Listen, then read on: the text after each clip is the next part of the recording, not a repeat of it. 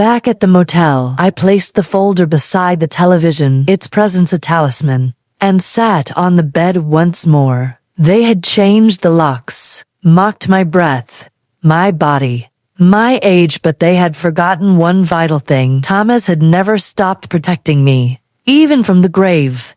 He had left me this final shield, a legacy of love turned into legal armor. And now, with Ava at my side, I would use it not for petty revenge, but for reclamation, because sometimes justice isn't loud or vengeful. Sometimes it's sealed in an envelope, waiting for a woman brave enough to open it and wield its power. The courthouse in Bangor was old enough to remember better days, its wood-paneled walls holding echoes of justice handed down through generations of judges, lawyers, and lives altered. On the morning of my hearing, it smelled faintly of lemon oil from polished benches and the underlying tension of anticipation. I wore navy blue, not black. This was not a funeral, though I had already buried the version of myself that begged for inclusion, that pleaded to be let in. This was something else entirely, a quiet resurrection,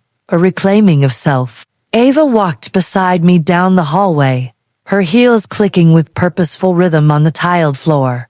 Briefcase in hand, she had brought everything, our evidence meticulously organized, our witnesses prepared, and something Grayson and Belle never anticipated, the unvarnished truth, backed by law and irrefutable proof. The courtroom was fuller than I had expected, perhaps drawn by the novelty of a woman my age standing alone against her own blood. Or maybe Belle's curated network of supporters hoping for a spectacle they could spin on social media. I gave them one, but not the kind they came for, not tears or dramatics, but quiet, devastating facts.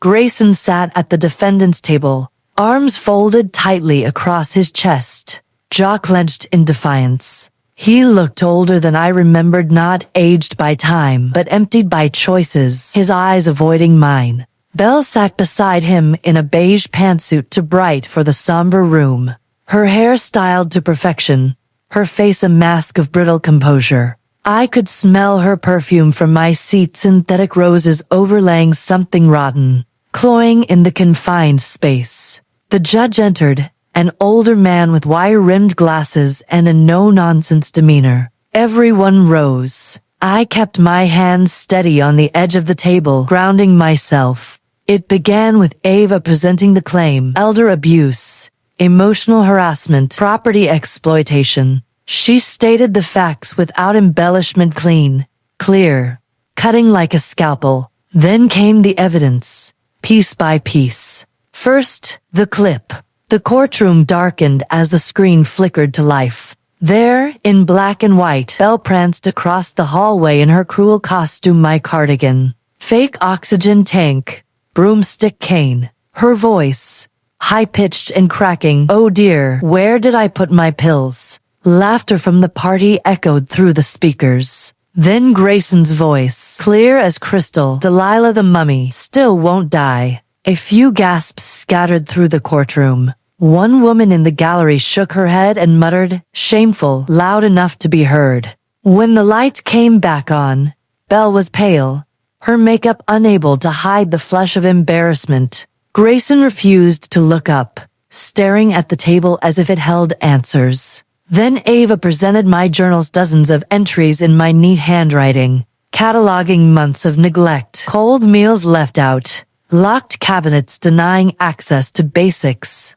parties I was excluded from in my own home, conversations overheard that chipped away at my spirit. Finally, Eloise took the stand. She didn't cry or falter. Her voice was steady as she recounted the night. She came to my house soaking wet, she told the court. They had changed the locks, refused to let her in. That's not a misunderstanding. That's cruelty. Plain and simple. The defense tried to argue it was all a miscommunication, that the clip was just a joke among friends, that I was struggling with memory issues and reinterpreting events through an emotional lens. The judge interrupted sharply. You're arguing her memory is faulty. While the video shows your clients mocking her existence on camera, the defense went quiet after that, their arguments crumbling under the weight of evidence. And then it was my turn. I stood, not needing notes or prompts. I spoke softly but clearly, my voice carrying through the room. I told the judge about the years I spent building that home, the sacrifices I made without regret, the ring sold, the nights spent worrying, the love poured out. I described the smell of bleach in the laundry room where my picture used to hang, now erased, about how silence can be a scream when it comes from your own child, echoing louder than words. I am not here because I want revenge, I said, voice steady as stone. I am here because I wanted on record that I was not invisible, that I was not irrelevant, that I was, and still am, someone worth respecting. The judge nodded thoughtfully, called for a recess. When we returned, the courtroom was hushed, expectant. Then he spoke in the matter of Delilah Jane Cotter versus Grayson and Belle Cotter. This court finds in favor of the plaintiff. Grayson flinched visibly. Belle blinked rapidly, her composure cracking. The judge continued, effective immediately. The defendants are ordered to vacate the primary residence and adjoining property within 21 days. The plaintiff retains full ownership and authority over said assets. Additionally, the court awards $300, zero in damages to Mrs. Cotter for emotional and reputational harm. A no-contact order is issued, prohibiting the defendants from coming within 50 meters of Mrs. Cotter's person, residence, or place of business. The courtroom exhaled as one. A collective breath released. Belle fainted dramatically, collapsing in her chair like a puppet with its strings severed. The bailiff rushed to her side, but I didn't move. I simply watched, detached. Grayson remained seated, head bowed, shoulders shaking, not with tears, perhaps, but with something else, realization, shame, or the weight of consequences finally catching up to him. He didn't speak. I didn't need him to. I walked out of that courthouse taller than I had in years, the snow falling gently outside, relentless and pure. Ava handed me a copy of the judgment as we stepped into the fresh air. "It's over," she said. "No," I replied, a small smile touching my lips. "It's only just begun," because justice had spoken not with fists or screams, but with truth. And for once, that was enough to rebuild upon.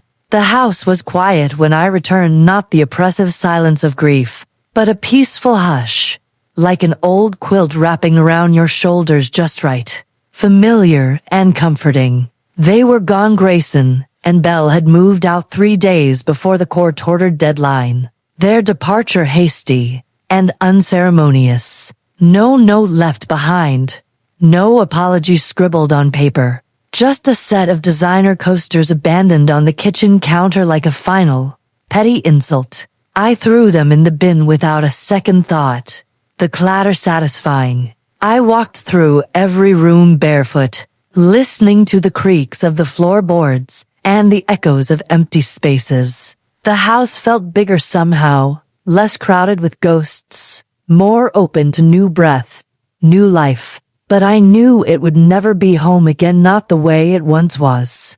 Not the sanctuary Thomas and I had built with love and labor. So I made a decision, one that felt right in the marrow of my bones. A week later, the papers were signed, notarized, final. I donated the entire property, house, land, rental unit, and the garden plot to the Northern Maine Women's Resilience Foundation. They specialized in transitional housing for elderly women escaping abuse or abandonment, the only center of its kind in the county. They had a wait list a mile long, desperate souls with nowhere to turn. Now, they had a place, a haven. I stood on the front porch, my porch one last time, as the new sign was unveiled. Mason of Quiet Courage. It was Ava's idea. The name, because what you did, she said, was not loud, but it was strong, and it was right.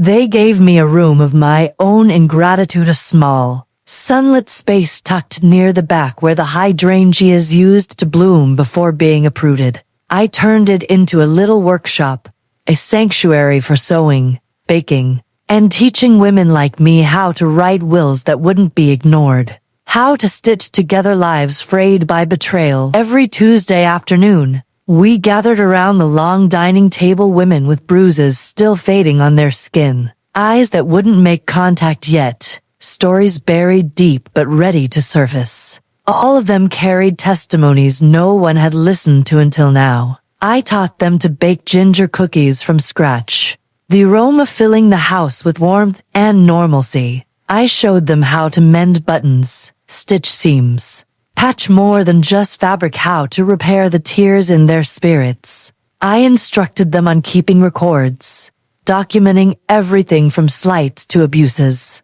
making their names unerasable in the annals of their own histories. Some brought tears to the sessions, others laughter that rang like bells. One brought a cat, a fluffy companion that curled in laps and purred away tensions. Week by week, the house began to hum again, not with cruelty or exclusion, but with community, with shared strength.